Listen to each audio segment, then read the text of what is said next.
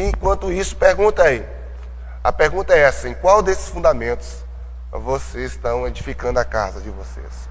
Sobre a areia ou sobre a rocha? Amados, entenda bem aqui.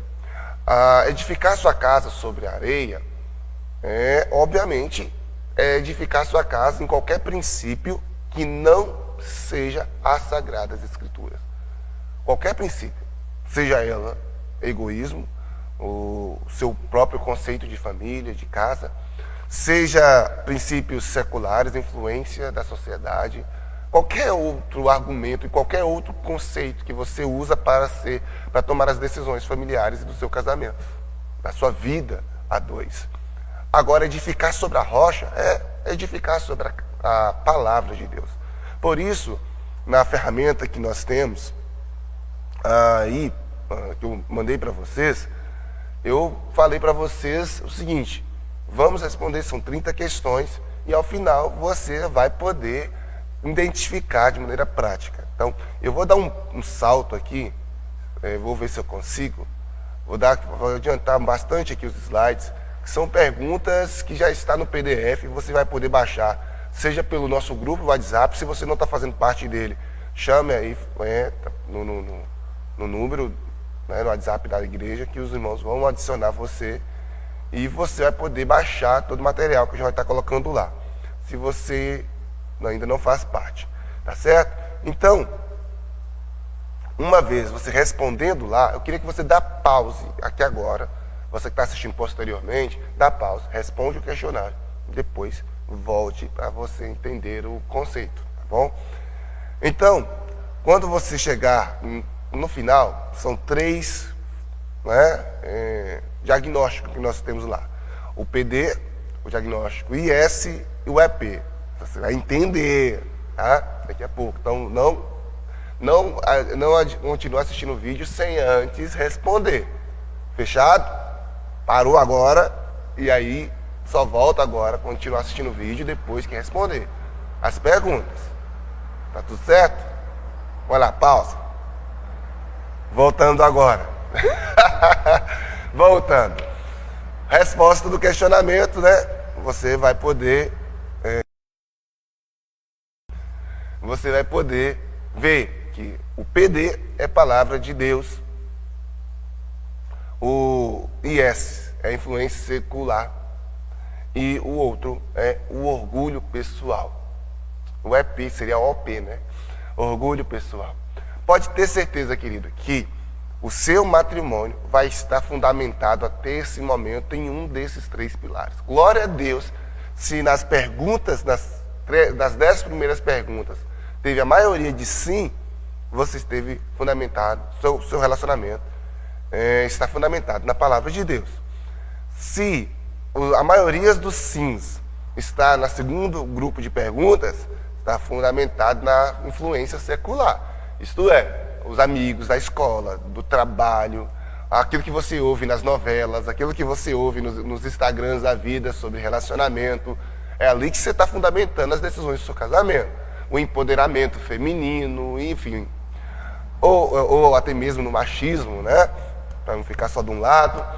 E se a maioria dos sims está no terceiro grupo, pode ter certeza, está fundamentado no seu orgulho ou no orgulho do seu cônjuge. E isso é grave. O primeiro fundamentado na palavra de Deus é a rocha. Os outros 2 é a areia. E pode ter certeza, sua casa está prestes a cair. É por isso que realinhar o conceito de família dentro das Sagradas Escrituras é o caminho para salvar o seu matrimônio. Fechou? É o caminho para você voltar a ter esse coração e essa família salva para a glória de Jesus. Então, dando sequência, querido, eu quero desafiar você a entender isso, né? Como a sociedade moderna hoje tem olhado para o casamento. E para entender o que a sociedade pensa sobre casamento e como ela funciona nos dias de hoje, nada melhor do que recorrer à ciência que estuda a sociedade, que é a sociologia. Então, vamos olhar dentro de um prisma da sociologia como está o casamento nos dias de hoje. Porque pode ter certeza, os casamentos que já têm aí os casamentos de 10, 15 anos, 20 anos, já está experimentando isso. Esse é um diagnóstico que sociólogos já têm olhado há muito tempo.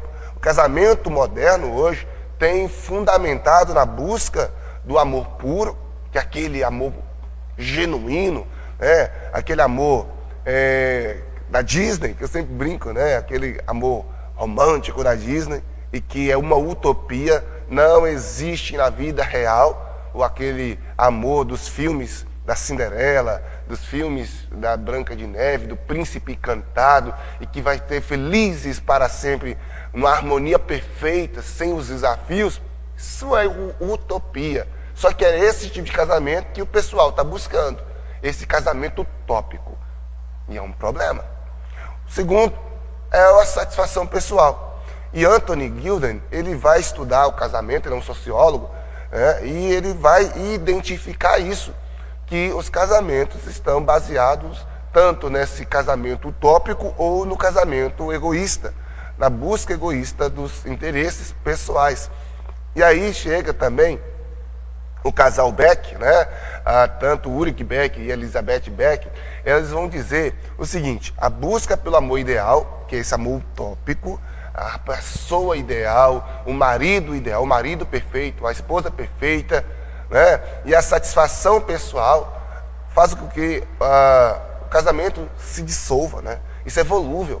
Ela contrasta com aquilo que a Sagrada Escritura nos fala, que é do compromisso a longo prazo. E também da relação de sacrifício que o casamento exige. Gente, um detalhe aqui que vocês não podem esquecer: casamento, ele é sacrificial. Nós vamos ver mais à frente, um dos propósitos do casamento é ser testemunha. E que testemunho é esse? É o exemplo de Cristo com a igreja. Tanto que Paulo vai dizer que o marido deve amar a esposa como Cristo amou a igreja. Qual é esse amor? Um amor sacrificial, um amor de entregar a vida pela igreja, né? Então, o amor que a Bíblia nos traz, a relação matrimonial que a Bíblia nos apresenta, é uma relação de sacrifício, uma relação de cruz. E eu disse até ontem no culto, uns vão viver a vida em cima de uma cama. Tem pessoas que nascem, já viu aqueles gêmeos sianeses? Imagina como que sofrimento é aquele, né? A pessoa grudada uma na outra desde a infância. Para eles vão se tornar meio que normal, porque a vida que eles conhecem é assim. Talvez eles não vão conhecer uma vida separadas. Mas imagine o desafio que é para uma pessoa grudada na outra, viver a vida toda, compartilhando tudo, às vezes até órgãos. Outros vão acontecer um acidente e vão sair de uma vida normal e vai passar por uma vida também, às vezes, de invalidez. Outros têm deficiências, seja física, né? Aparente para todo mundo. Existem aquelas deficiências que ninguém nem sabe que a pessoa tem, auditiva, né? Às vezes uma deficiência em uma outra parte do organismo, e que aos olhos humanos não percebe. Cada um tem uma cruz. E entenda, irmãos, o casamento é também uma cruz. E você vai entender, calma lá, não entenda de maneira ruim. Então eu nem quero casar para os que estão casados. Mas entenda, irmão, é o sacrifício, é o desafio que nós precisamos aprender a aceitar e a carregar. Mas vamos com calma, né? Vamos caminhando e vamos entender isso. Por que o casamento tem sido esse desafio? Nós vamos entender isso e à luz das Sagradas Escrituras, mas vamos entender aqui o que a teologia tem falado para a gente nesse tempo presente. Olha o que tanto Anthony e quanto o casal Berg eles dizem. Olhando para o que eles têm falado, cada dia mais as pessoas têm se tornado individualistas. Então os cônjuges dentro do matrimônio pensam mais em si do que na família. Você vai encontrar hoje, por exemplo, pais que pensam mais em si do que nos filhos. Priorizam mais o recurso financeiro, a conquista de um bem material, do que um tempo de qualidade com o próprio filho. Isso é a sociedade de hoje, né? Uma sociedade hedonista, egoísta, que busca mais para si do que para o outro. Cada vez mais flexíveis com os deveres, isto tem mulheres que sabem do seu dever dentro de casa, mas faz corpo mole e não desenvolve como deveria. Homens que sabem do seu dever como marido, mas ele simplesmente decidiu por não querer, ou usa desculpas, ou fazem corpo mole para não exercer seus deveres. Essa flexibilidade, a gente vai falar isso daqui a pouco, mais detalhes. O foco no bem-estar pessoal e não do coletivo. É eu estando bem, não é se minha família está bem, não é se meu marido está bem ou se minha esposa está bem. Se eu estou bem, estou fazendo o que gosto, estou me sentindo livre. Ei, presta atenção, foca aqui em mim. Se é para você viver uma vida de liberdade, não case. Se é para você viver para você, não case. Se você quer ir e vir sem dar satisfação para ninguém, não case. Estou falando para os que ainda não são casados. Agora, se você casou, acabou, filho. Acabou, minha irmã. Não é mais sobre o que você quer, o que você pensa. É sobre o que a sua família precisa. Pense sobre isso. Mas vamos voltar aqui. A satisfação nas necessidades e desejos individuais em primeiro plano e compromisso mútuo, sacrifício em segundo plano. Ei, eu estou falando de sociólogos, nem estou falando de pastores, para não falar assim, a igreja é oprimindo. Não, a própria sociologia, uma ciência secular, já está nos advertindo desse contexto individualista e egoísta que a sociedade vive hoje. O conceito de cada um no seu quadrado nunca tem sido tão salutar e tão verdadeiro quanto nos dias de hoje. Certo? Cada um focando na sua carreira, a mulher foca na carreira dela e é o que eu quero. O homem foca na carreira dele e tudo certo. E isso, querido, é o que a sociedade tem fomentado. É o que os coaches não cristãos têm fomentado, é o que psicólogos não cristãos têm fomentado, é que muita gente, porque essa é a sociedade que está sendo construída. Uma sociedade fragmentada, dividida em grupos, em castas, em classes. Desde o marxismo cultural, que talvez, eu não sei se você vai compreender o que é isso, mas existe na sociedade uma sociologia marxista, comunista, no sentido de que cada um está querendo viver uma libertinagem. Existe um ramo da filosofia chamado libertários.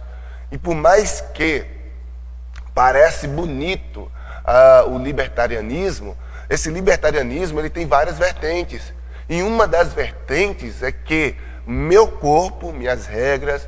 Uma das vertentes desse libertarianismo é que eu não devo satisfação a ninguém. O Estado, a religião, ele tem domínio quase nada ou nenhum sobre a nossa vida.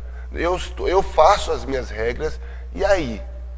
Esse é o destino da sociedade. Cada vez mais libertária no contexto da promiscuidade. Eu escolho quem eu quero ser. Já viu a frase, você pode ser o que quer ser? Parece bonita, mas é uma frase que, para quem é cristão, sabe que não é sobre ser quem eu quero ser, é ser quem Deus me criou para ser. Mas eu vejo cristãos falando essas frases. Por quê? Porque a sociedade tem impactado e influenciado as decisões e os conceitos que nós temos como igreja. Então, cuidado com isso. Por isso, analisar os fundamentos que têm regido o meu matrimônio, as minhas relações, nunca se fez tão importante quanto agora. E vai ser cada vez mais importante. Parar um pouco e falar, ainda, em que tenho baseado as minhas decisões? Nas 30 perguntas que eu fiz para você, e que vocês responderam sim e não, vocês viram que eu colocaram perguntas muito claras sobre a influência da sociedade sobre as suas decisões. Precisamos compreender que temos que ser influenciados pelo Espírito Santo e a palavra, não pelo que os nossos colegas de trabalho, não pelo que os nossos colegas de escola, não pelo que o mundo nos aconselha. Salmo capítulo 1 diz, bem-aventurado um homem que não manda segundo os conselhos dos ímpios e nem se assenta à roda dos escarnecedores. Esse salmo, ao contrário do que muitos pensam, que é não se relacionar com ímpios, não sentar para não ir em um evento em que haja ímpios. Não é isso, não. Está falando de você não ser influenciado pelas ideias desses ímpios. Jesus sentou com pecadores, Jesus jantou com pecadores, Jesus esteve na casa de Levi, a ponto dos religiosos naquela época falar: quem é esse que come e se relaciona com pecadores? Pois é, entenda isso. Jesus, ele se relacionou com pecadores, mas ele não se influenciou por eles. E é isso que você precisa compreender. Nós não podemos deixar ser influenciados. Mas vamos lá, gente. Opa! Vamos lá, senão o vídeo fica muito grande, né? A gente vai empolgando aqui. Ó, eu vou dar uma pausa, eu vou pular aqui, tá? Porque foi os vídeos do Prova de Fogo que fez com que minha live caísse na última vez. Então, eu vou disponibilizar os links dos vídeos no grupo, certo? Para vocês assistirem, porque eu não posso passar aqui. Senão essa live também vai cair. E eu não quero isso, né? Gravar pela terceira vez. Então, olha lá. A cena aqui do filme, que ia passar agora, é onde os dois atores, esqueci o nome dos atores agora, dos personagens, eles discutem ali e cada um apresenta argumentos egoístas. Dá uma olhadinha no vídeo, eu vou ver se eu coloco na ordem lá no grupo. Vídeo 1 e tal. Os argumentos da discussão deles está todo baseado no egoísmo individual. E você vai perceber, quem é casado vê que toda vez que há uma discussão dentro do matrimônio, o foco é sobre as necessidades e o querer individual, e não sobre o que é melhor para o casal. E a gente vai falar isso sem NV, ok? Então olha bem, o sociólogo Zygmunt Bauman, ele vai dizer que a liquidez das relações modernas, onde as pessoas estão sempre buscando algo melhor e mais gratificante, está corroendo a capacidade de muitos casais de manterem um compromisso firme e duradouro. Olha, gente, que a própria sociologia está dizendo. A liquidez das relações modernas, porque é uma relação líquida, Nutella. É uma relação onde as pessoas estão sempre buscando algo melhor.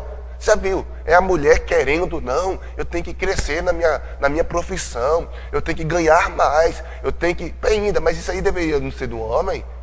É mulher trabalhando em 2, 3 empregos, mas quem deveria trabalhar em 2, 3 empregos? Não seria o homem?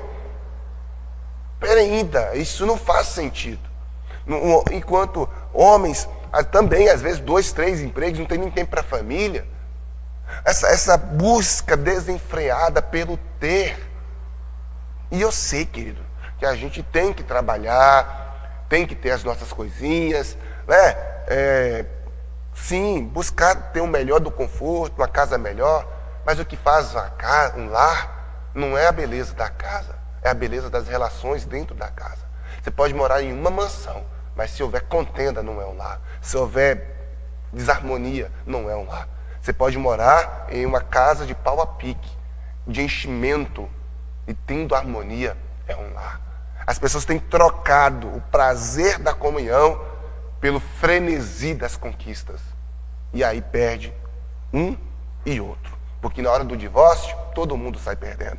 Então, essa liquidez, sabe? Essa busca desenfreada pelo melhor e pelo que é mais gratificante, está corroendo, diluindo a capacidade de muitos casais de manterem compromisso firme e a longo prazo. Então, pensa comigo, se a própria sociologia, conceito moderno, né, de casamento, já percebe o quanto essa correria por conquistas tem destruído, imagina que a Sagrada Escritura fala. Nós vamos falar disso daqui a pouquinho. Por isso que eu decidi iniciar falando sobre isso. Quais são as causas sociológicas do divórcio, por exemplo, hoje? Erosão da especialização tradicional. O que seria essa especialização? As mulheres antes sabiam quais eram as funções e os deveres delas dentro de casa, assim como os homens. Vamos pegar aqui um tempo que as pessoas moravam na roça. O homem ia para o mato, caçava o veado, trazia. A mulher, né, limpava, cozinhava e servia. Faltava lenha, o homem ia lá pegar a lenha. Claro que havia mulheres que faziam esse papel também, mas era fundamentalmente do masculino. Na Bíblia, As mulheres ficavam em casa. Inclusive, eu ministrei aqui na igreja, no domingo, não vou lembrar agora a data, quando o povo vai conquistar a terra prometida. Josué chega para as tribos, né, que iam ficar ali em Cades Barneia, antes na travessia do Jordão. Ele diz o seguinte, ó: as mulheres e crianças ficariam em casa para cuidar da organização das casas, né? As mães cuidavam das crianças e as crianças ajudariam as mães na organização, na estabilidade familiar. Os homens tinham o dever de ir para a guerra, de batalhar e de conquistar. Eu ministrei aqui falando sobre que Deus sempre destinou papel para cada pessoa. E não é porque ganhar dinheiro fora é mais importante do que manutenção doméstica. Ah, pastor, quer dizer que a mulher só tem que cuidar da casa. Calma lá, gente. Nós vamos falar sobre isso mais à frente. Eu só estou dando um exemplo do contexto de família nos tempos bíblicos. Ok? As mulheres sabiam do seu dever dentro de casa. Os maridos sabiam do seu dever dentro de casa e fora dela. Provérbios 31 nos mostra que antes das mulheres, e ali fala da mulher que sai para trabalhar fora, porque a mulher de Provérbios 31 trabalhava fora, mas o texto diz que ela acorda de madrugada e resolve a sua casa para depois sair. Isso nos mostra que não tem problema a mulher trabalhar fora, desde que ela priorize o que Deus mandou ela priorizar, que é a sua casa. Só que o contexto moderno é casa bagunçada, família...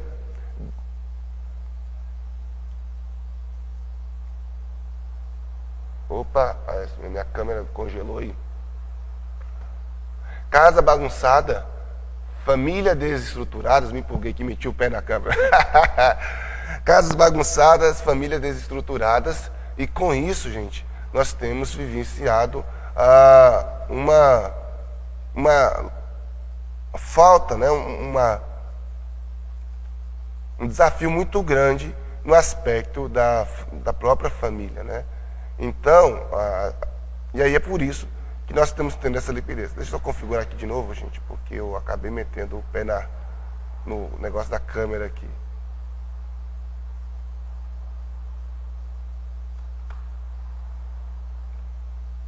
Muito bem, gente. É isso. Desculpa aí, pessoal. É por isso que eu quero incentivar os irmãos e irmãs a observar isso, né? Essa erosão da especialização, isto é, os papéis acaba que perdem, né? Os membros da família estão perdendo a especialização dos seus papéis. O segundo ponto que a sociologia fala, que o aumento de divórcio, é exatamente essas mudanças de papéis, mas aliada a quebras de expectativas. Quando o casal se uniam, cada um tinha uma expectativa e já um entendimento do que se esperar do outro. Hoje já não sabe o que se esperar, até porque os casais, eles não estão tendo tempo mais para conversar antes de se casarem.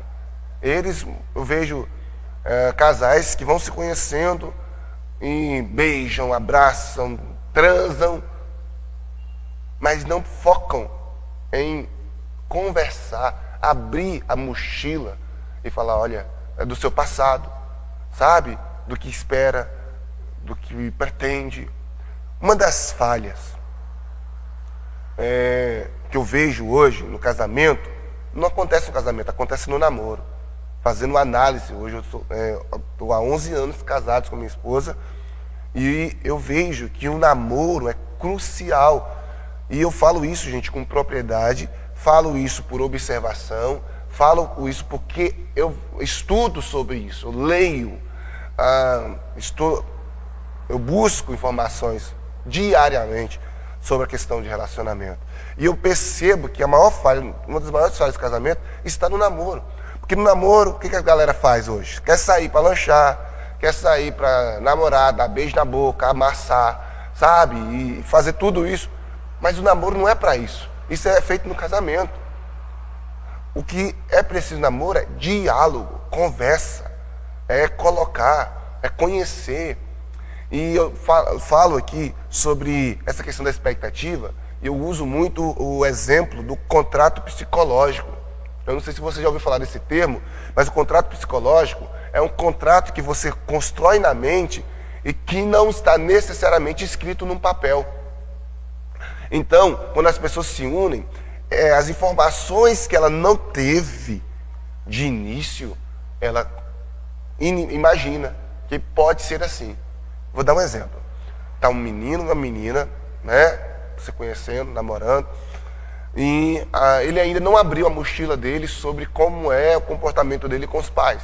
A menina também ainda não foi à casa dos pais, às vezes mora em outra cidade e não conhece. E o que acontece? Essa menina não tem informação. Essa informação não é passada nem por ele e nem pela observação dela. Aí alguém pergunta, como é ele com os pais? Eu não sei, ele não fala muito sobre, e também eu não vi ele com os pais ainda. Mas eu imagino que deve ser boa, porque ele é uma pessoa bacana, não fala nada. Perceba? Ela não tem conhecimento, não teve acesso, mas para validar e para preencher essa informação, psicologicamente ela constrói uma persona para daquela pessoa, naquele tópico, para preencher. E isso, irmão, é um exemplo de diversos fatores. Tipo, como essa pessoa lida com o dinheiro?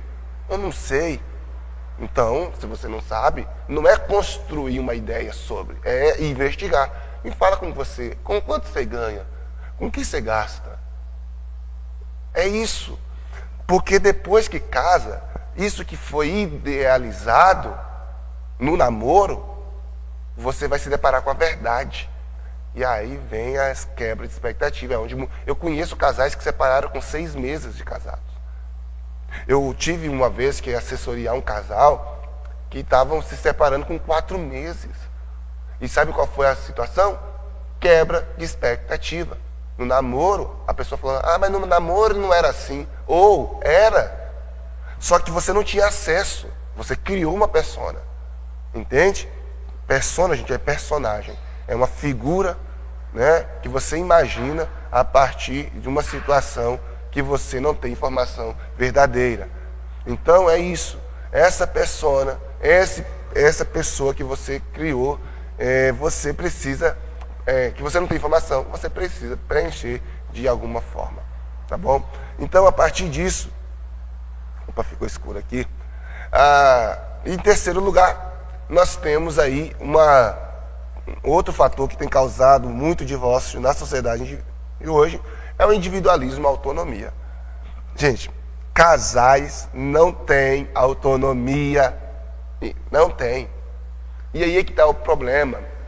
Porque a mulher quer ter autonomia sobre o seu dinheiro. Ela gere e não fala nada para o marido. O marido tem seu dinheiro, gere e não fala nada para a mulher. E aí está o problema. Por quê? Porque quando você começa a lidar com temas importantes escondido do cônjuge, vou até focar a câmera em mim, você está traindo ele, certo? Traindo. Mas traição não é só sexual, não. Existem vários tipos de traição. Quebras de confiança é uma traição. Quebras de acordo é uma traição. Quando o marido toma decisões sem consultar a opinião da esposa, é uma quebra, é uma traição. Porque agora vocês já não são mais 2, mais uma só carne. Jesus disse claramente, né? E a Bíblia diz, deixará o homem, seu pai e sua mãe, e unir-se-á a sua mulher. É importante deixar isso claro, gente, sabe por quê? Porque as pessoas têm lidado com isso como se fosse normal esconder informações do cônjuge, ou tomar decisões sem que o cônjuge pudesse ter ciência disso. E aí é que está o grande problema, porque se você começa a fazer coisas escondidas do seu cônjuge, das mais que você acha que não tem nada a ver, o que te impede de fazer algo mais grave? Entende? Decisões precisam ser coletivas. Pastor, mas meu marido, a minha esposa é cabeça dura demais, não vai entender. Aí é que está o impasse. Nós vamos falar daqui a pouquinho sobre isso. Beleza, gente? Vamos lá, né? Vamos seguir, porque senão a gente fica aqui. Observe, por exemplo, a taxa de divórcio que tem o IBGE tem trago para a gente.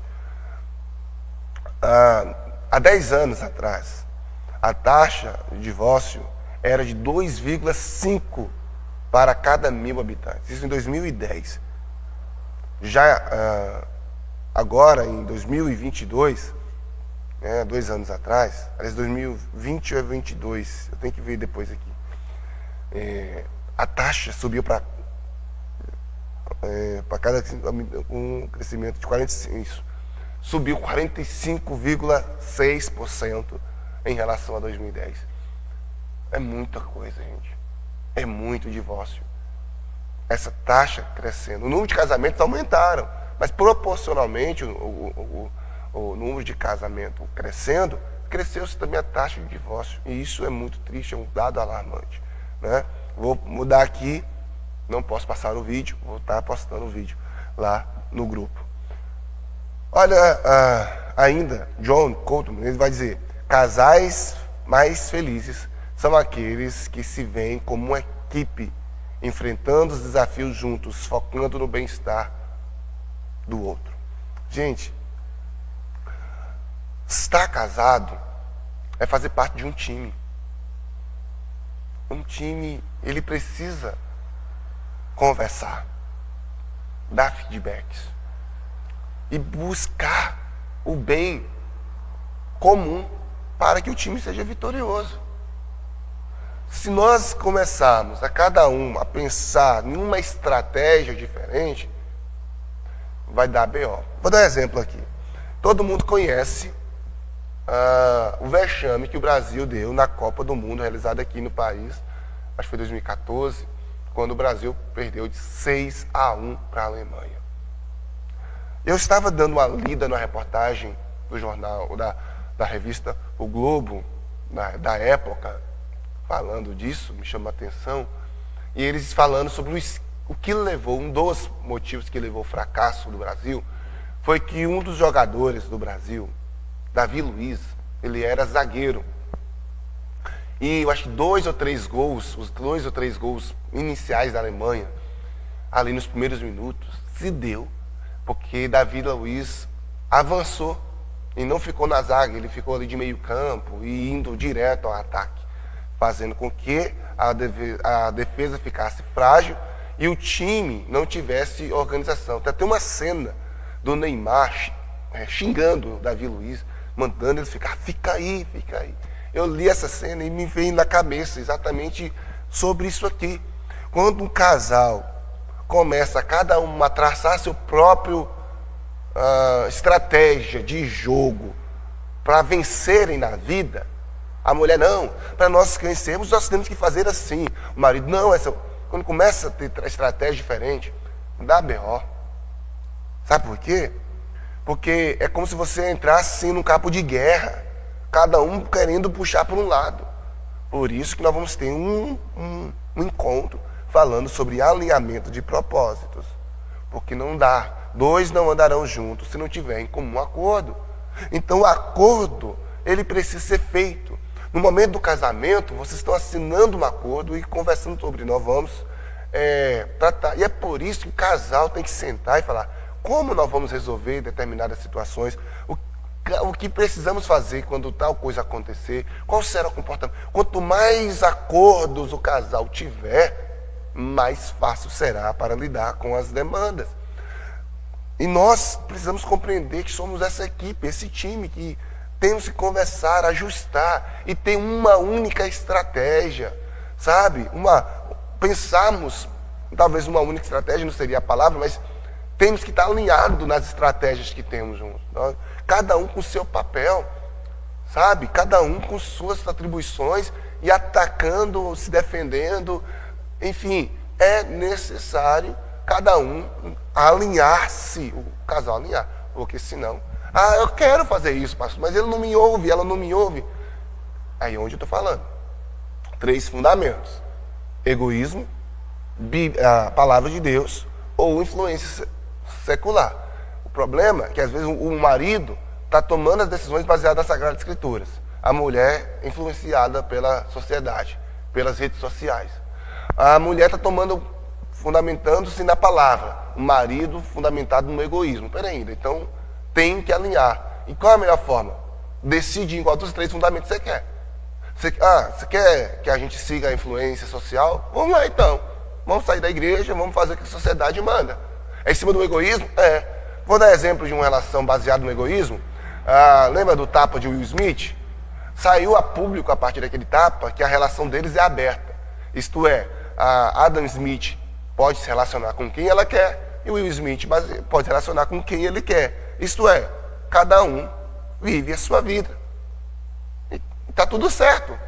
Mas se isso funciona para eles, se é esse fundamento da vida, do casamento deles, está dando certo. É o acordo deles. Pastor, mas não é bíblico, não é espiritual. Mas quem disse que eles querem um casamento bíblico e espiritual? Eles querem viver assim. E vão ir para o inferno. E está tudo certo, é o que eles querem.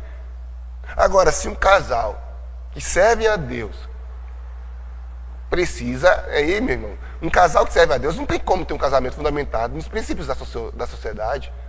Um casal que serve a Deus não tem como fundamentar assim no egoísmo.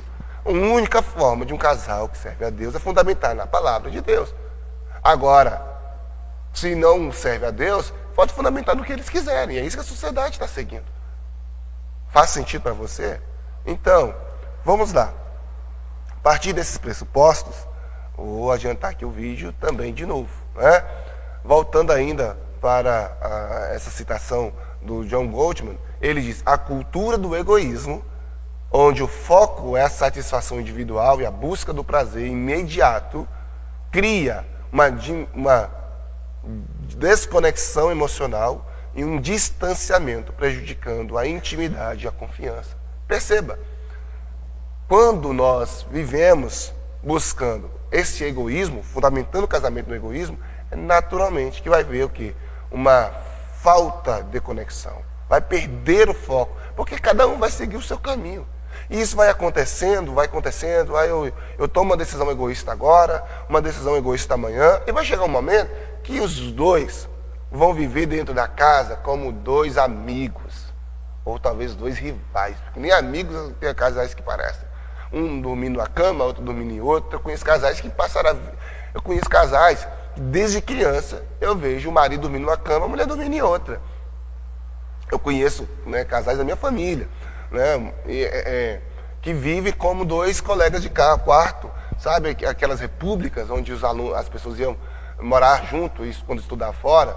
É isso, são 2 simplesmente colegas. Se preocupam, cuidam, até coloca comida dentro de casa, lava a roupa do outro, mas nada de intimidade física e emocional. Por quê? Porque as decisões foram ficando cada vez mais individualistas, egoístas, pensando no bem-estar pessoal e não o do casal. E isso é muito sério, e isso tem levado casais a viverem uma separação. Por isso, vamos falar sobre 7 princípios para fazer o seu casamento funcionar.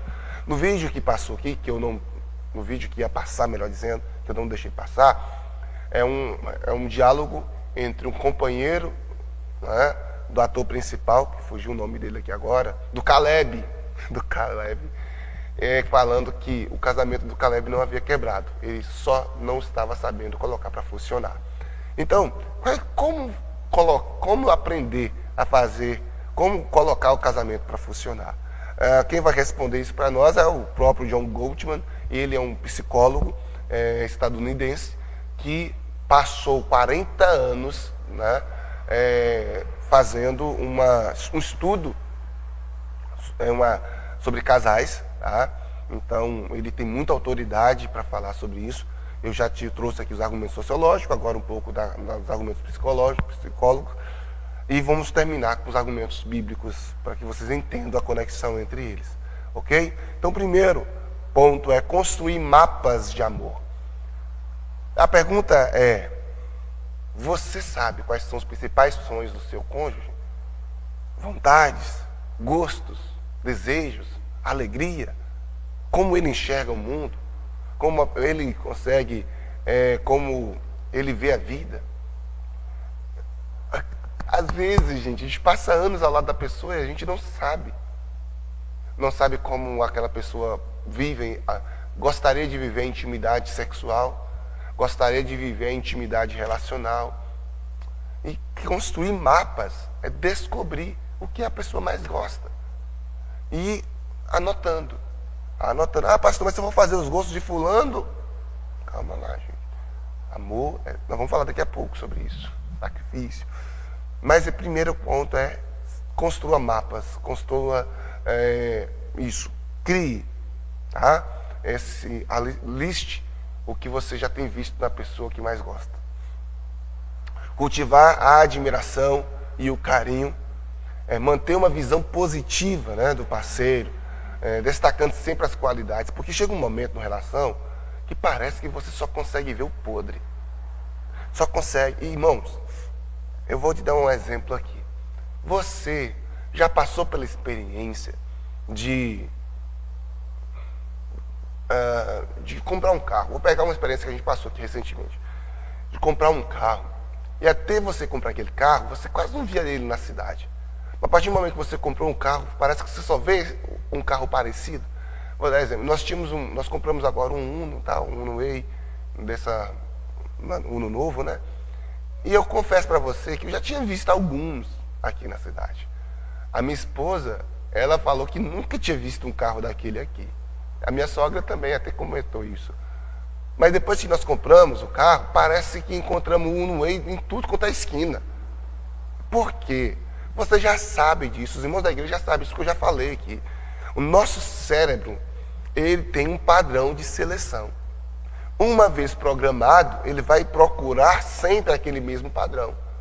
Então, a partir do momento que o Uno foi descortinado no nosso cérebro, principalmente da minha esposa e da minha sogra, que elas quase não viam desse modelo de carro, minha esposa nem conhecia, não tem muito conhecimento automotivo, então ela quase nem sabia da existência desse.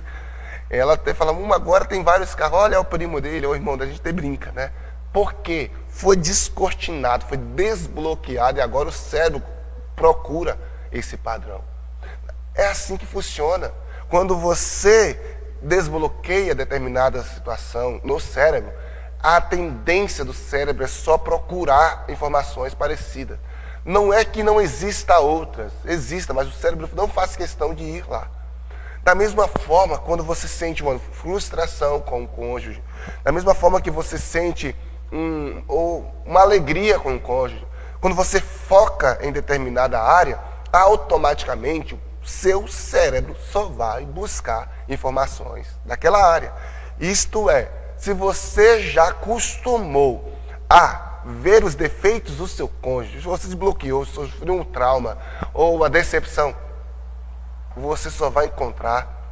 Você pode encontrar, vai ter 99 coisas boas no cônjuge, ou 70, 80, mas as 20, as 10, as 30 vai ser o que mais vai ficar saltando aos seus olhos. Reprogramar a forma de olhar para o seu cônjuge, gente, é necessário, é crucial. E é por isso que você precisa cultivar, né, a admiração. Forçadamente, inicialmente. Enquanto você vai ter uma luta no cérebro, sabe? Aquela renovação mental que Paulo diz em Romanos 12, você vai estar vendo defeito, mas você não, vou decidir olhar a qualidade. Não, ela faz isso, ele faz isso, eu não gosto, mas ela tem feito isso aqui eu tenho que valorizar, eu vou valorizar. Não, minha esposa. E é isso, gente. O que você foca, cresce. Vale para as coisas boas, também para as coisas ruins. Se você começar a focar nos defeitos, só vai ver defeito. Mas a partir do momento que você começar a focar nas coisas boas, numa visão positiva do seu cônjuge, você vai começar a mudar o conceito sobre ele. Meu marido é trabalhador, meu marido ele corre atrás, meu marido, minha esposa, ela é atenciosa, ela cuida disso, ela começa a focar. Para de olhar só do lado podre, começa a olhar na visão positiva. Vamos lá. Virar-se para o outro em pequenos momentos diários. Tenha um momento de carinho. Dá um abraço. Quem sabe, casais que já estão anos casados, vai perdendo o romantismo. Existe uma pesquisa que diz que com 3 anos de casado, o beijo de língua some dentro do casamento. Eu vou fazer essa pergunta. Qual foi a última vez que você deu aquele beijão gostoso no seu cônjuge? Responda aí. Sumiu para os casais mais velhos. Sumiram. Por quê? vai perdendo, pastor, mas como que eu vou beijar fulano ou fulana do jeito que me trata? É isso. Uma regrinha que eu tenho assumido para mim. Quem tem o conhecimento recebe obrigação. Isto é, talvez o seu cônjuge não está tendo o conhecimento que você está recebendo. Talvez você tomou a decisão de começar essa jornada sozinho, porque o seu cônjuge não quer. Isto é, então tudo que você está recebendo aqui é primeiro dever seu iniciar. Começa a surpreender. Começa você a abraçar, a dar o beijo que você gostaria de receber. A Bíblia diz que é dando que se recebe. Tá certo? O filme Prova de Fogo fala muito sobre isso, né? A ação do Caleb de iniciar uma mudança desencadeia uma transformação no relacionamento. É ficção, mas é realidade nas nossas vidas. Você vai perceber isso. Quarto, deixar o cônjuge influenciá-lo. Às vezes, querido, a gente é muito resistente à opinião do parceiro, da parceira. Às vezes o cônjuge dá uma opinião e a gente simplesmente se fecha, não quer ouvir. E, sabe, uma coisa que eu tenho aprendido, se você quer ouvir, você tem que aprender. Se você quer ser ouvido, você tem que aprender a ouvir. Você tem que aprender a não apenas ouvir, mas escutar. E esse é um princípio da CNV que nós vamos ver daqui a pouco, nas próximas aulas, né? A partir da terceira aula. Vamos lá, gente. Quinto princípio, você precisa resolver os problemas solúveis. Existem problemas que, de fato, você não vai conseguir solucionar, mas aqueles que são solúveis, você precisa buscar a partir de uma comunicação eficaz, do comprometimento mútuo. Não é só o outro que tem que se comprometer. O comprometimento começa com você. Eu tenho me comprometido a tratar minha esposa diferente, a respeitá-la, a honrá-la, a valorizar, a ter paciência, porque tem dia que é só paciência, que tanto quanto a minha ela e ela comigo, a gente tem que comprometer mutuamente com suas atribuições. Se não houver isso, não tem como mudar. Sexto, superar os impasses. Vai ter momentos que os impasses vão acontecer, as opiniões não vão bater e conflitos, infelizmente, vão surgir. Agora, saber como resolver os conflitos é crucial. Tá? Os conflitos sempre terão, mas a maneira como lidar com eles é que vai determinar o sucesso do casamento. E para isso, nós temos a lição, eu não vou lembrar agora se é a 7ª, nós vamos estar falando sobre como lidar com as crises no matrimônio. E 7º e último princípio, criar um sentido de propósito, né, compartilhado. Lembra? 2 pessoas podem até se unirem com propósitos diferentes, mas não podem seguir com propósitos diferentes. Casais felizes compartilham valores, sonhos e uma visão de vida em comum.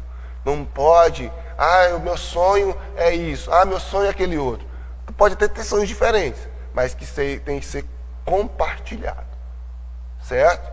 E aí, os dois caminharem juntos na realização dos sonhos comuns. E aqueles que forem conflituosos, divergentes, chegarão a um senso. E nós vamos descobrir isso, como fazer futuramente. Fechou, gente? Vamos para o final, a fase final agora da nossa palestra. Eu tenho certeza que, se você, até agora, tem algo que está falando no seu coração, comente aí, gente. Fala aí agora, né, se alguma das coisas que eu tenho pontuado aqui, sua dúvida, sua pergunta, eu estou aqui acompanhando o chat também ao vivo e eu posso responder agora, mesmo que muitos dos irmãos nem sabiam que eu ia fazer essa live agora, né? Mas pode ficar aí à vontade e compartilhar. Bom, casamento fundamentado na cultura do reino do céu. Nós vimos o casamento fundamentado na cultura, né, da influência secular, do egoísmo, e agora na cultura do reino do céu. Para quem estava aqui presencialmente no dia que eu fiz a palestra, essa parte, eu confesso para vocês que eu fiquei sentido, porque eu tive que fazer ela bem corrida, porque já estava chegando o final da palestra. Por causa de uma questão técnica, né, de transmissão mesmo, e eu não consegui começar no horário, a gente começou atrasado, e quando chegou nessa parte aqui, eu tive que fazer corrido. Então, quem estava presente aqui, é importante assistir essa parte, porque agora tenho tempo, né? Tenho tempo para poder falar de maneira mais tranquila e pontuar algumas questões que no dia eu não pude pontuar devido ao horário. Vamos voltar aqui então. Casamento fundamentado na cultura do reino do céu. Como seria? Se o casamento fundamentado na cultura secular, ele é egoísta, ele é utópico de um casamento feliz para sempre, como conto de fadas. Se o casamento fundamentado na cultura secular, na areia, cada um está apontando para um lado, correndo atrás do seu, focado em coisas e não no relacionamento, trocas e inversões de papéis, enfim, é um hedonismo desenfreado, é o prazer pessoal em primeiro lugar, é eu estando bem, é o que eu quero, eu tenho que estar feliz. Ai não, eu tenho que estar feliz. Não seria eu tenho que estar feliz, nós temos que estar. Seu marido também tem que estar feliz, sua esposa também está feliz. Se só um relacionamento está feliz, tem algo errado. Ah, pastor, mas eu estou buscando a Deus. Sim, tem algo errado, porque mesmo que você está servindo a Deus, a maior forma de você trazer seu cônjuge para o Senhor é fazer ele feliz. E é isso que Pedro diz, falando das mulheres que tinha marido não crente, ele está dizendo que é a forma como que a mulher trata o marido e como ela deixa o marido que atrai ele para Jesus. E isso vice-versa, né? Embora Pedro aplique isso para a mulher, isso também vale para o homem, né? Então não é um feliz, é ambos felizes, né? Então vamos lá. O texto diz em Gênesis 2:24. Gente, me permita um momento. Enquanto você lê aqui, eu vou só pegar uma água. Vamos lá. Voltando aqui ao que estava falando. Deus criou, né? Vamos voltar lá ao texto. Deus criou o casamento a partir da unidade. Por essa razão, o homem deixará pai e mãe e unirá a sua mulher. E eles se tornarão uma só carne. Gente, isso é muito importante. Unirá a sua mulher. Já não é mais duas pessoas. Já não são mais dois interesses. Já não são mais dois propósitos. Já não são mais dois objetivos. Já não são mais dois quereres. Não são mais dois pensamentos. Se tornarão uma só carne. E muita gente interpreta essa uma só carne apenas no contexto sexual. E não é. É o contexto em tudo. Tá? São duas pessoas agora que se tornam um. E por isso Deus, quando uniu o homem e a mulher, Deus uniu propósitos. E qual é o propósito de Deus para o casamento? Temos 4, eu numero aqui 4 propósitos. Primeiro, companheirismo. Irmãos, vou fazer uma pergunta. Você tem sido companheiro do seu marido? Você tem sido companheira? O que é companheirismo? É acompanhar. É estar do lado. É estar junto. Eu vejo muitos maridos que vão para festa, reuniões, sozinho. Cadê o companheirismo? Muitas irmãs falam, pastor, eu não vou na palestra porque meu marido não vai. Aí o marido chega e fala, mas o marido que não é cristão, mas eu vou lá para a igreja com você se você não vai na festa comigo. Vou contar uma coisa. Talvez muitos de vocês vão discordar, e está tudo bem se você discordar, mas eu preciso compartilhar isso. Eu não era casado, eu estava pastoreando uma congregação pequena, e uma senhora se converteu. E ela chegou para mim e falou assim, pastor, meu marido não está gostando que eu vim para a igreja. E aquela luta, né? Porque a gente sabe quanto é a luta de alguém que se converte e o cônjuge não. E ela falou, pastor e tal, e reclamando, e a gente orando. E aí um dia ela falou, pastor, agora meu marido quer porque quer que eu vá na festa de tal lugar com ele. E eu disse para ela, mas a senhora não vai? Ela, não, porque eu sou crente e não vou ficar no meio desses bebedices. desse povo e tal. Falei, minha irmã, a senhora ficou crente, mas seu marido não. Um dos propósitos porque existe casamento, e olha, eu não era nem casado. Eu tinha uma faixa de 18, 18 anos. E só precisa ir. Porque um dos propósitos é companheirismo. A senhora se converteu, mas se o seu marido está te chamando e faz questão que a senhora vá, a senhora precisa estar indo. Jesus não evitou a festa do casamento de Caná de Galileia. Pelo contrário, ele foi e operou o milagre, o primeiro sinal lá. Jesus não evitou a casa de Levi com os pecadores lá. Jesus não evitou a casa de Zaqueu, que era publicano. Pelo contrário, ele se autoconvidou para ir lá comer com pecadores. Esse é um grande problema, que às vezes cônjuges, irmãos não cristãos que têm cônjuges, irmãos cristãos que têm cônjuges não cristãos enfrentam. Porque às vezes ele acha que porque ele ficou crente, ele não deve acompanhar o marido ou a mulher, né, caso seja, porque ele agora é crente. Ele não vai, ainda você não vai, aí eu vou tomar a iniciativa de ir. Você muitas vezes tem cônjuge que não é cristão, que nem quer ir, mas o cônjuge cristão quer, aí é um problema.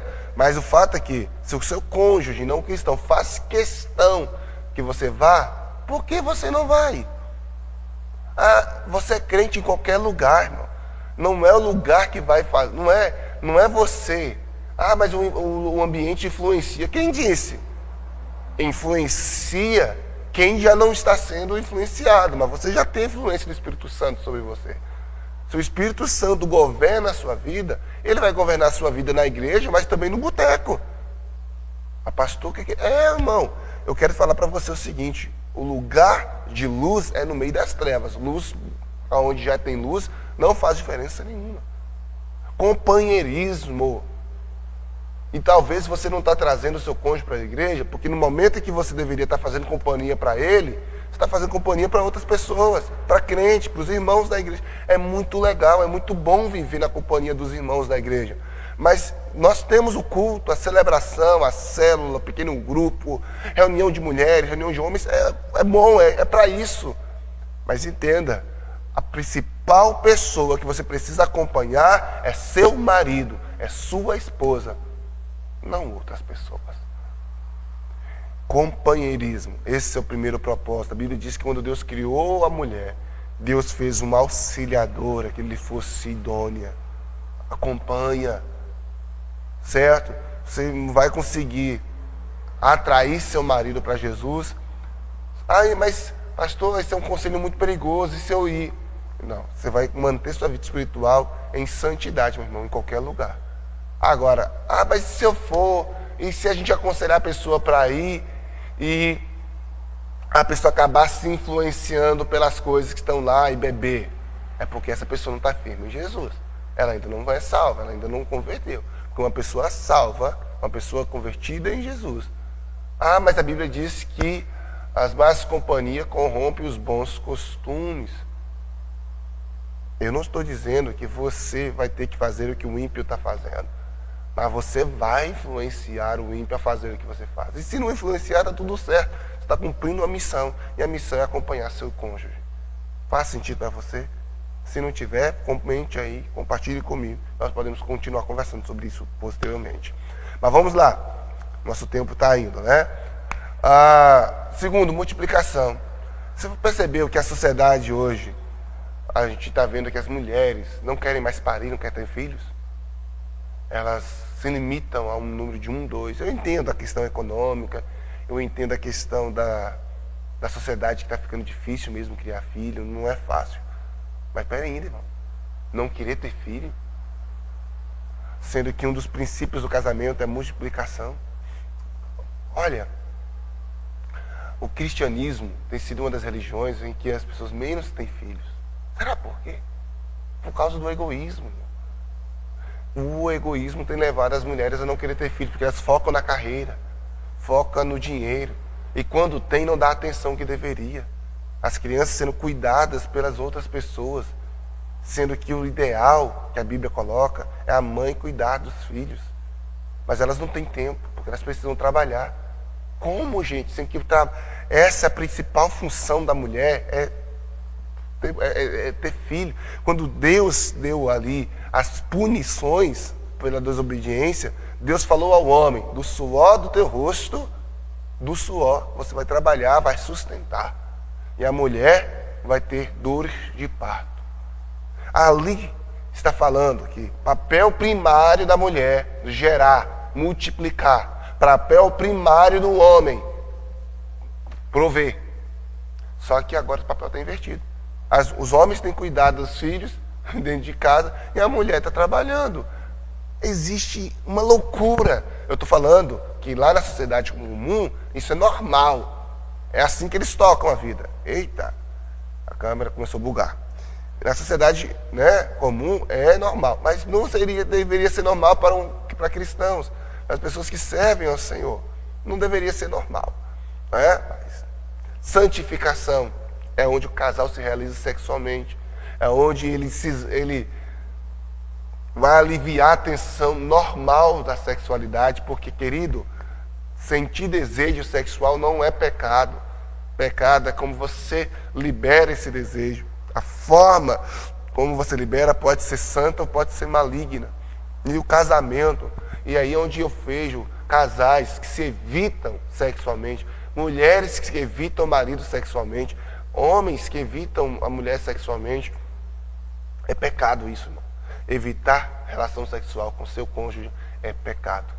Mas a gente vai falar isso em um momento específico. E a santificação também, aqui, não é apenas a questão da pureza sexual, mas também é no casamento que nós temos a condição de viver uma vida de aprimoramento da nossa santidade.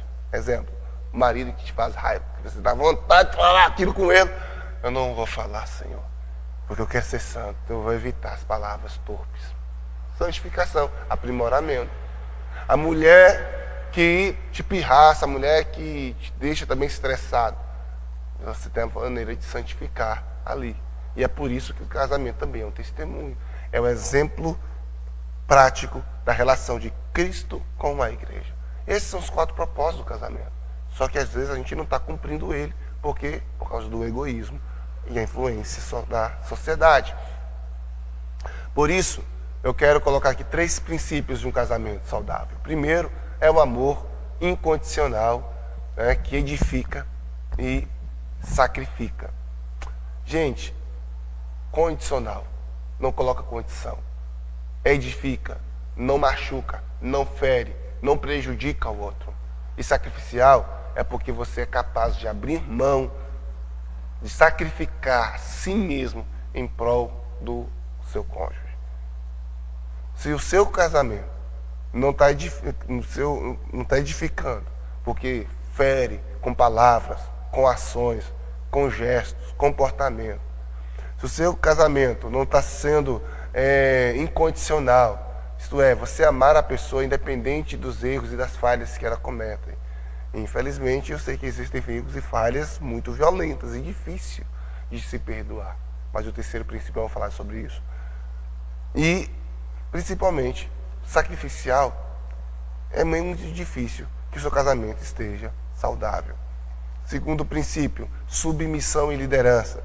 Uma submissão que é voluntária, não uma submissão forçada. Só vou submeter porque Cristo manda. Não, voluntária, disposta. E uma liderança servil. E aqui eu quero falar, algo muito importante aqui. É impossível uma mulher ter uma submissão voluntária se o marido não tem uma liderança que serve. E é impossível. Maridos, tudo começa com a gente. Deus começou a criação da humanidade a partir do homem. Se você quer uma mulher que seja submissa voluntariamente, seja um marido que serve. O exemplo de serviço está na pessoa de Jesus. Ele diz que o maior tem que ser o menor. O próprio Cristo não usurpou ser igual a Deus, mas ele se fez escravo. Tem marido que é muito ignorante, orgulhoso. Marido ditador. Só do jeito dele que tem que ser, é o certo. Marido que põe no filho. Como que você vai querer que os filhos se submetam em amor? Que a mulher se submeta em amor se você é um ditador, um Xi Jinping do Brasil? Como? Se você não ouve, se você não compartilha, não recebe, não está pronto para receber feedback, se você não ouve o que o seu filho está querendo dizer, não é sensível. Gente, olha para Jesus. Ele pegou a vasilha com água e lavou os pés dos discípulos. E disse, se eu sou seu mestre e lavei os pés, façam isso uns com os outros. Querido marido, lava os pés da esposa.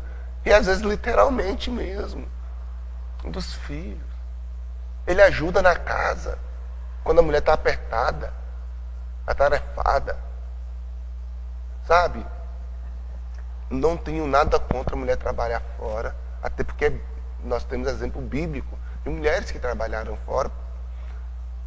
O problema é que às vezes quando a mulher trabalha fora, ajudando na provisão, o marido não ajuda no cuidado doméstico. Se ela está te auxiliando a sua atribuição, que provê a atribuição masculina, por que você não pode ajudar? Ah, pastor, mas você não acabou de falar aí que um dos problemas é a falta da especialização das tarefas? Sim. Eu não estou dizendo que você vai assumir a responsabilidade doméstica, é isso. O governo da casa está sobre os ombros da mulher. A liderança da casa, do homem, mas o governo dela é a mulher. Quem governa a casa é a mulher. Eu estou falando de você ajudar. A Bíblia diz para viver, está lá escrito no livro de Efésios, vós maridos, vivei a vida comum do lar. O que é viver a vida comum do lar? É ajudar na vida comum, do dia a dia. Aí o camarada, porque acha que o governo da casa da mulher, ele não pode ajudar, às vezes passar um pano, lavar uma vasilha, pela madrugada. Isso é pura ignorância. Mas você só vai ter uma liderança servil se você querer imitar Jesus. Mas se você querer imitar os homens, Jesus disse para os seus discípulos, no mundo, o maior é quem manda mais, é o que governa mais. Mas no reino de Deus não é assim. O maior é quem serve a todos. Pense sobre isso, homem. Pense sobre isso, mulher. Se submeta à liderança do seu homem. Ah, mas meu marido não é cristão, devo me submeter? É óbvio.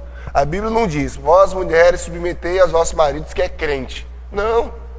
Seu marido é marido, seja ele crente ou não. Submeta a liderança dele. Eu vejo mulheres que ela já assumiu a casa e agora ela não ouve mais o marido. Pelo contrário, eu vejo marido, me desculpe a expressão, gente, se eu for chula, mijando de medo da mulher. Por quê? Eu só faço o que a mulher manda. Não, está errado. Nós vamos falar isso mais à frente. Porque a liderança, eu não estou falando que o homem tem que, como falei, não é ditatorial. Mas a última palavra, sim, é do marido. É dele. Ah, então ele tem que tomar decisão sozinho? Não. A auxiliadora. Vamos falar daqui a pouquinho sobre isso. Tá? Vamos voltar daqui a pouco. Voltar nesse tema. Perdão e reconciliação. Se não houver perdão e não houver reconciliação, não há casamento que se sustente. Tá? Vamos lá aqui. Que essa cena é o do Caleb pedindo perdão para a esposa. Tá? Bom, finalizando. Aqui eu falei dessa hora, finalizando, né? Mas esse é o último ponto, que é as atribuições do homem e da mulher no casamento. Atribuições do homem no matrimônio. Nós temos aqui 5. E eu vou entrar nessas 5 de maneira mais profunda no próximo, em autorresponsabilidade. Tá? E autoconhecimento e autorresponsabilidade, que é o nosso segundo encontro. Mas aqui a gente já sabe de algumas questões. Ser o cabeça, líder. O que dá direção. Líder não significa, não é a mesma coisa de administrar. Administrar é uma coisa, liderar é outra. Tá certo? Líder trata-se das pessoas. O líder, ele lidera pessoas e não coisas. Tá bom? Líder é influência. O homem tem que exercer influência sobre a sua casa. John Maxwell, ele vai dizer que liderar é influenciar. Então o líder, ele é o cabeça, o homem é o cabeça, é o líder da casa. Ele precisa amar a esposa. É o segundo papel. Um amor sacrificial, um amor que edifica, um amor incondicional. É o amor de Jesus. Terceiro, ele é um amante, é a pessoa que satisfaz a mulher sexualmente. É em namorar, é ser romântico, é ser carinhoso, é ter o tato, é ser sensível. Isso é ser amante da mulher. Ser o provedor e ser o protetor. E aqui na questão da proteção, eu sempre falo, inclusive postei um vídeo recentemente, falando que a proteção não é apenas uma proteção contra a violência física de alguém externo. Quando Deus falou para Adão proteger Eva, só tinha Adão e Eva. É uma proteção espiritual, é ser o sacerdote, é ser o líder ministerial da casa. Coisa que muitas vezes não tem sido exercida. Atribuições da mulher, a ajudadora. E a ajudadora é a auxiliadora, é a cooperadora, aquela que ajuda com conselhos. O marido precisa ouvir conselhos da mulher. E ouvir, e não apenas ouvir, mas seguir dentro da direção que Deus dá esses conselhos. A mulher ajuda aconselhando, ajuda auxiliando. Ela precisa ser submissa. A administradora do lar é papel da mulher, historicamente na Sagrada Escritura, a administração da casa. Se você chega e vê uma casa bagunçada, você não vai aderir à bagunça da casa ao homem, porque não é do papel do homem. O homem ajuda na administração, mas é função da mulher. Se isso não está sendo exercido, é sinal que a mulher não está cumprindo o papel. Inclusive no livro de Efésios, Paulo vai recomendar que as mulheres mais velhas ensinem as mulheres mais novas a administrar bem a casa e como amar o marido. É atribuição feminina, não apenas cuidar da casa, mas ensinar as mulheres a fazê-lo. Ser amante do seu marido, né? Ser a pessoa que vai realizar sexualmente. O que essa imagem fala para você? Eu trouxe essa imagem para nós refletirmos. Né? Pense aí. Que leitura você faz dessa foto? Falou? Escreve aí no comentário. Se você estiver aí online comigo, né? Qual é a leitura que você faz dessa foto? O que ela te mostra?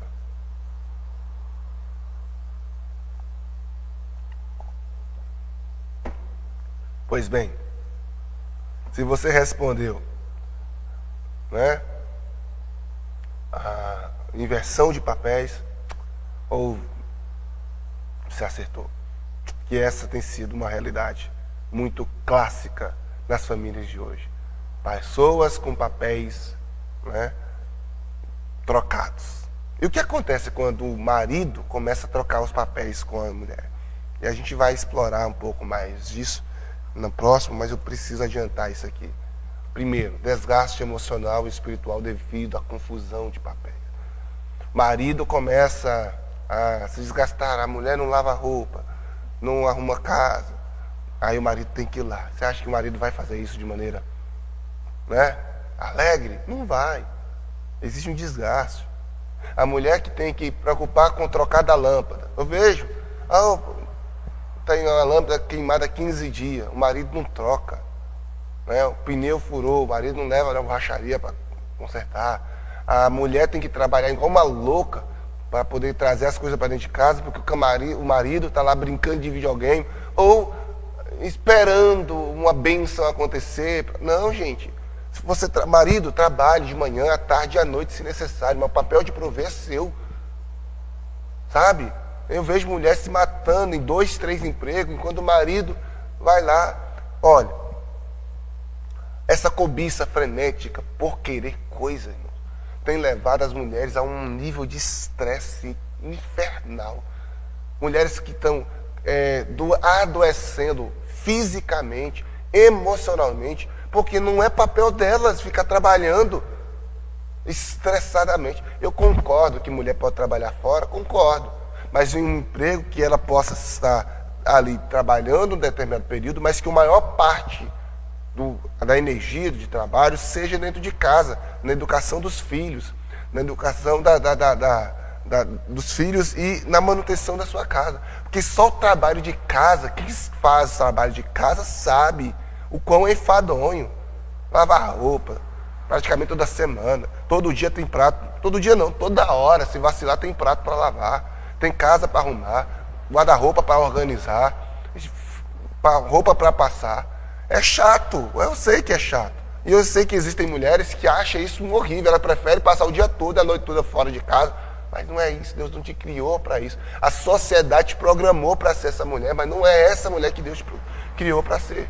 E com isso, mulheres disfuncionais, casamentos disfuncionais, inversão total. E é isso que Deus está querendo corrigir aqui agora. Será que não está na hora de você quietar o facho mais em casa? Desculpa a expressão chula. Está na hora de o seu marido começar a mexer e começar a correr atrás das coisas, da casa, do trabalho, do carro, das conquistas, do conforto que ele precisa. Uma outra coisa, eu sei que tem marido que se desdobra, mas mesmo assim ainda o recurso é pouco. E eu sei que às vezes a mulher precisa complementar. A mulher pode ajudar na complementação, mas ela não pode assumir toda a responsabilidade. O homem precisa trabalhar a morrer, se necessário for, dar o sangue, sabe? Dia, madrugada e à noite. Mas é papel dele. Só que as inversões de papel tá muito grande. Tem marido preguiçoso demais. Camarada que não... estou estudando. Estuda, mas trabalhe. Coloca as coisas dentro de casa. Eu estou me preparando. Prepare, mas prepare com os seus filhos. Não pode ficar esperando você se preparar enquanto a mulher está se matando de trabalhar. As funções dadas por Deus, irmãos, e Deus foi... Gente, existe alguém mais sábio no universo do que Deus? Não. Então, se Deus criou músculos no homem, o biotipo masculino é um biotipo para isso, para tarefas fora. A delicadeza da mulher, o corpo da mulher, o biotipo da mulher, Deus já criou tudo perfeito. Aí tem um camarada, os homens cada vez mais obesos, gordos, criando banha, porque vai ali, faz um servicinho, trouxe um trocadinho e acha que tá bom. Não, trabalhem, mas dê o conforto que a sua família precisa. Não que eles querem, porque eles precisam. Porque também tem mulher que, com filhos, que quer de tudo, e às vezes está fora da condição do marido. Então a gente tem que ter cuidado com isso. E uma outra coisa, as inversões de papel, sentimento de desânimo, insatisfação quando um dos cônjuges abdica da sua função. Não é isso. O desânimo, a mulher olha para um homem e vê que o homem não está correndo atrás das coisas, vê que as contas estão vencendo. Irmãos, uma coisa que é ridículo, o homem que suja o nome da mulher, ele já sujou o dele, aí vai lá e quer sujar o da mulher. Pelo amor de Deus, isso é sacanagem, isso é vagabundagem mesmo, com a palavra aqui, mas é ridículo. Quando um homem usa do nome da mulher para poder sujar. Irmãos, prestem bem atenção. Eu sou defensor de que contas bancárias tem que ser uma só. Sou defensor, e não é que eu sou porque é uma coisa da cabeça minha, não. É bíblico. De que o recurso da família é da família. O dinheiro que a mulher ganha, o dinheiro que o homem ganha é da família. E não só. Porque senão a gente se torna papéis egoístas. Só que o que acontece é que tem homem tão irresponsável, inconsequente, talvez imaturo, que eu falo porque já aconteceu comigo. A administração financeira minha não é tão eficiente como a administração financeira da minha esposa, por exemplo. Ela é muito boa. Então eu entendo que ela deveria estar administrando. Eu entendo que ela tem que estar no controle. E está tudo certo. Se na sua casa é o marido, coloque na mão dele. A administração financeira precisa estar na mão de quem sabe administrar melhor. Agora, só não pode ser duas a administração. Se nós somos um time, se nós somos uma equipe, nós somos uma microempresa, temos que trabalhar em parceria. O problema é que, às vezes, aí é que está, o marido, ele não confia na mulher, a mulher não confia no marido. Não, gente, então já está aí algo desconfigurado, algo fora do que Deus quer para nós. Diminuição do respeito e da harmonia quando a liderança não é exercida de forma amorosa e servidora, como eu já falei aqui. E exemplo negativo para os filhos. levando à insegurança. Nós vamos falar aqui sobre sabotadores. E tem muito sabotador na vida adulta que foi provocado por pais que não souberam ser o exemplo para os filhos, ou deram exemplos negativos, ou foram totalmente inconsequentes, ou às vezes querendo fazer o certo. E eu sei que tem muito pai que errou achando que estava fazendo o que é certo, e está tudo bem. Agora, não significa que errou no passado, que seus filhos têm que errar agora. Não, agora tem que fazer diferente. Né? Meus pais, minha mãe, principalmente, me criou dando o melhor dela. Mas hoje, como adulto que sou, eu vejo que ela cometeu algumas falhas. E eu já disse, eu não quero transmitir essas falhas para mim. Eu não quero repetir as falhas que minha mãe teve. Embora ela teve muito acerto, certo? Muito acerto. Mas teve falhas. Eu quero melhorar os acertos que ela teve em meu casamento, mas eu não quero reproduzir as falhas dela. Da mesma forma eu falo com minha esposa. Olha, sua família te criou maravilhosamente bem em muitos aspectos, mas teve outros que, por mais que talvez por zelo ou por desconhecimento, que foram faltosos. E nós não vamos reproduzir isso no nosso casamento. Nós não temos filhos, mas se nós tivéssemos filhos hoje, nós não iríamos reproduzir falhas de criação que os nossos pais tiveram conosco. Por quê? Porque a ideia é que a cada geração os filhos se tornem melhores. A minha geração passada, eu tenho que ser uma versão melhor, e a minha geração futura melhor do que a nossa. Só que o que está acontecendo é uma inversão. Se você analisar de questão de moral, comportamento, parece que os melhores estavam na geração anterior. Por quê? Porque existe uma falha na transição geracional. Parece que a geração anterior é mais trabalhadora do que a geração de agora. Parece que a geração anterior era mais caprichosa do que a geração de agora. O que houve? Falha na transição. E a gente precisa corrigir isso.